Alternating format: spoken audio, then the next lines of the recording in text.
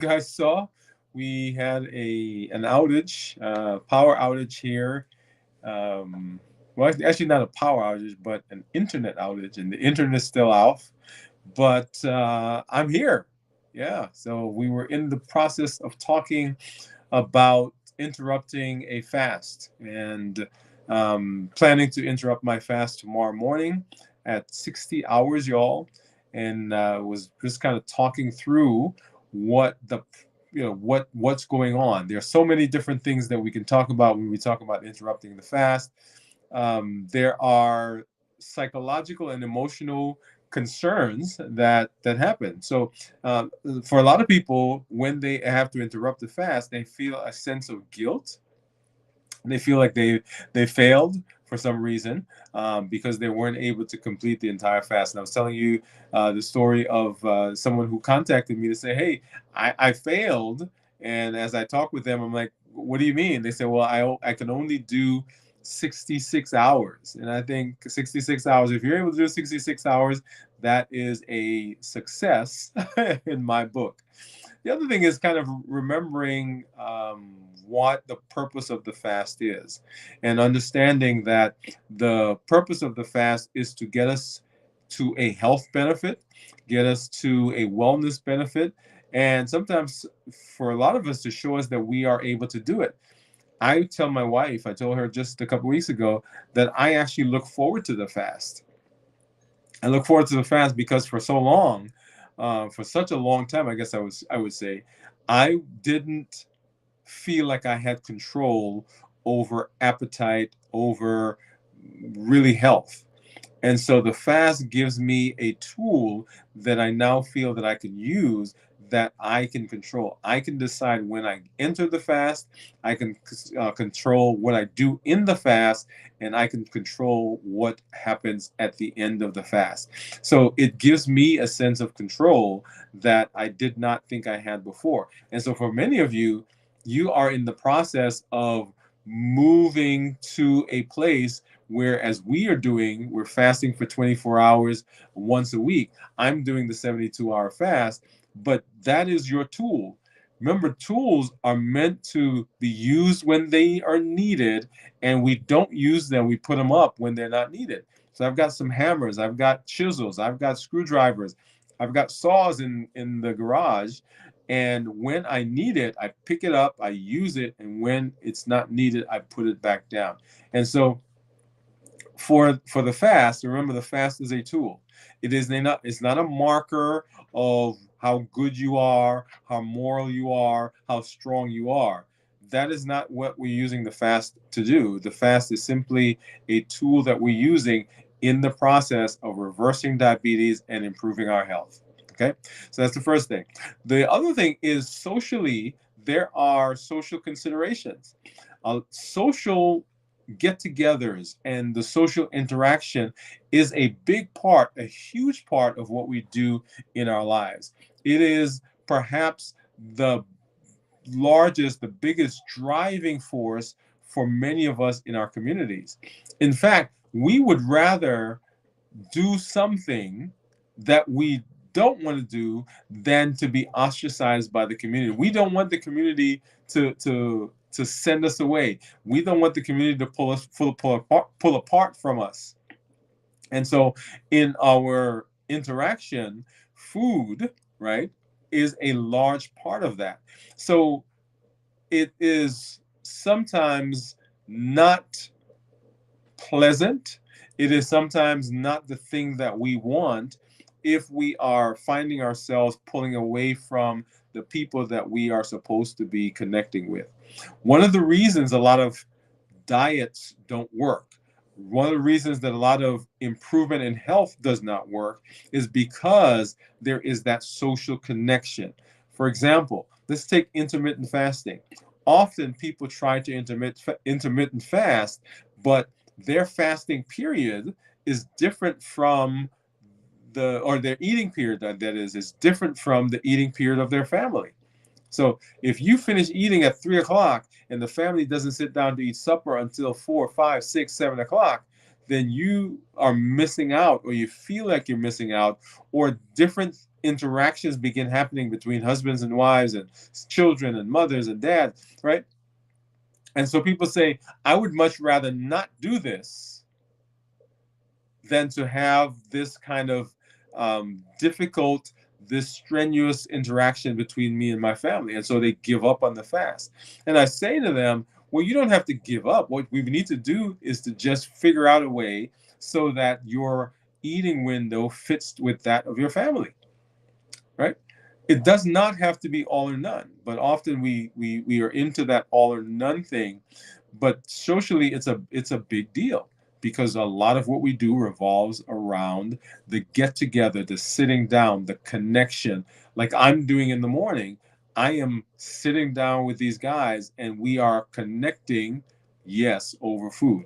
And so, being able to uh, kind of adjust your schedule is an amazing thing in the use of this tool. My yard, I don't like cutting grass. Let me say that. I don't like cutting grass.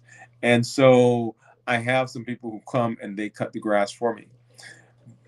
And we go through seasons. There are seasons. So right now, they actually just cut it a couple of days ago, right? As the first cut for the season. They're going to be cutting once every couple of weeks until the rain comes. And when the rain comes and the grass is growing faster, they're going to cut it every week.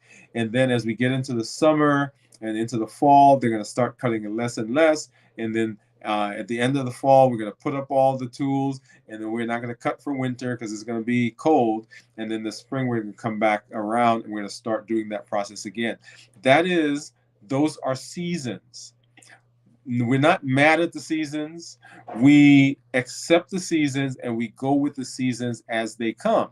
It's the same thing with the things that we're doing for our health, right? There are seasons that we will go through where we are hitting it and things are going just like we want them to go. And we are doing everything that we said that we're going to do. And there are going to be seasons where there are life issues that come up. During those seasons, that's not a time to be mad at the fact that you can't fast or you can't intermittent fast or you can't do a particular thing. It is, hey, during this time right now, this is a season that I'm going through, and I know I'm going to get through the season, and at the end of the season, then I go back and I pick up where I left off. I hope that makes sense. The overriding thought in all of this is we want to be flexible. We want our health journey to fit into our lives. Because if it does not, then we're not going to do it. We're not going to be consistent. We're not going to do the things that we need to do because it is inconvenient. And we as humans, we don't like to do things that are inconvenient. So, not that you don't have to do some things that are inconvenient, but I want you to learn that, hey, this is a tool that we're using. Okay? Let's see what else. So socially, we talked about that. So physically, as you are reintroducing food, as you're ending the fast, interrupting the fast, particularly if you're doing an extended fast, you want to start low and go slow, right? So don't go out and just gorge yourself, right? Pace yourself. Even as I'm going out tomorrow morning, I'm going to plan to have some things that really kind of keep me a little bit in the ketosis, right? So I'm not going out there and chowing down on pancakes and syrup and muffins and right. That's not what I'm planning to do. As a matter of fact, I'm planning to have some eggs and some protein.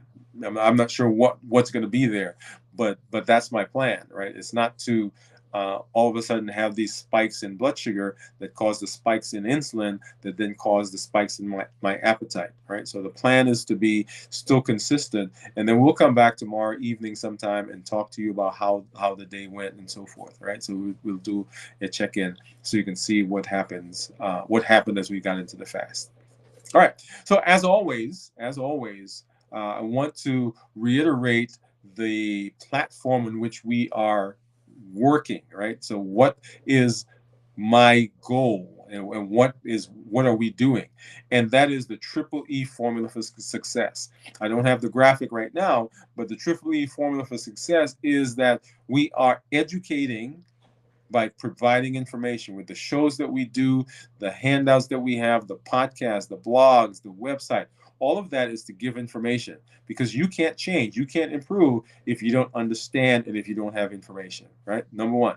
Number two is our empowerment. And the empowerment comes from all the tools that we're using, all the tools that we are learning, the fasting, the emotional intelligence, the 5 whys. Remember, that was one of our very first shows that we did. Why are you doing this? And going 5 levels deep. All of those are tools that we use as we are moving in the direction of putting our diabetes in remission, reversing our diabetes, getting off of medication, and improving all of those associated illnesses that go with metabolic syndrome, obesity, diabetes, and so forth.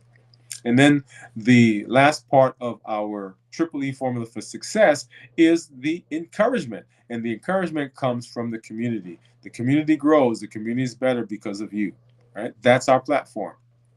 Our call to action is always the same.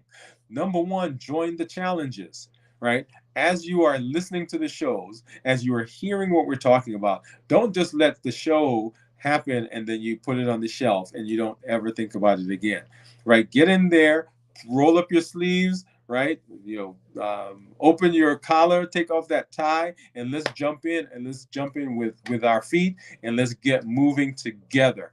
If you're finding this for the first time, somebody sent you a link and you're like, oh man, they're so far ahead of me, it's never too late to start. You can begin right where you are.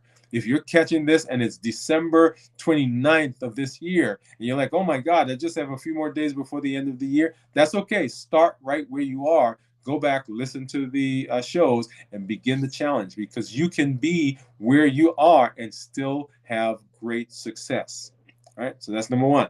Number two, join the show. Come on the show. Just like you guys are there watching right now, let us know what's going on with you. Put those in the chat. Communicate. Let us know what your successes are. Let us know what some of your challenges are. The community is as good as you are. The community is as strong as you are. The community grows and gets better because you are a part of it. As other people hear your stories, as they hear your challenges, as they hear your successes, then they know that it's not them by themselves. Y'all, one of the worst things that can ever happen is for you to be in a situation and not be able to see your way through and think that you are there by yourselves. Know that you're not by yourself, and this community grows and gets better and gets stronger as we all participate. And then finally, invite someone. Somebody out there needs to know the information that we are using, the information that we are talking about, the information that we're learning. With all the people, over 430 million people around the world with diabetes, 88 million here in the United States alone, over 88 million people with prediabetes. We've got folks who've had heart attacks and strokes. They've got polycystic ovarian syndrome, non-alcoholic fatty liver disease, high blood pressure, high cholesterol. They've got cancers, and on and on and on. And the information that you have access to, can help them. You can be a voice to begin breaking the pandemic, the epidemic of metabolic disease that we have around the world and in this country. You can be someone that helps your family live longer. You can be someone that can help your community, your personal community, your social circle, help them be better. So make sure that you are doing that. Share the link, send it to them, let them know, hey, come, let's watch this together. Let's fast together. Form a fasting party, y'all. Right, everybody in your group, hey, on Tuesdays we're going to fast for 24 hours, on Wednesdays we're going to do this, right? So begin making this a part of what you do as you are building a life that can be sustained and help you move in the direction of being successful. As always, I'm so excited that you're here. We did have the outage, and I was thinking about you guys out there. Wanted to make sure that I come back on and complete this thought as we get into the rest of the day. Now, I am just now, let's see, 12 hours, so a little over 54. Yeah, 54 hours. And so tomorrow morning is going to be 60 hours as I'm getting ready to interrupt the fast. And if you are out there and you are fasting, go ahead and drop those in the comments. Let us know where you are. Where are you? Are you at 11 hours, 12 hours, 18 hours, 24 hours? Some of you have actually been fasting for 36 hours, 48 hours. I had one of our community members told me that she made it to 69 hours. And of course, I shared with you the other community member that says that she was at 66 hours. The benefits of the fasting are incredible, but the benefits of all the tools that we're learning and this new year, new you is incredible. As always, thank you for being here. Thank you for spending some time with me. Thank you for being a part of this community. This is Dr. Dwayne Wood. That's Wood with an E. The E stands for endocrinology. And here on the channel, I educate, I empower, and I encourage you to take charge of your health, your life, avoid complications, and go to the next level, y'all. And in this year, new you. Good night. We'll see you at the next check-in and at the next show. Bye-bye.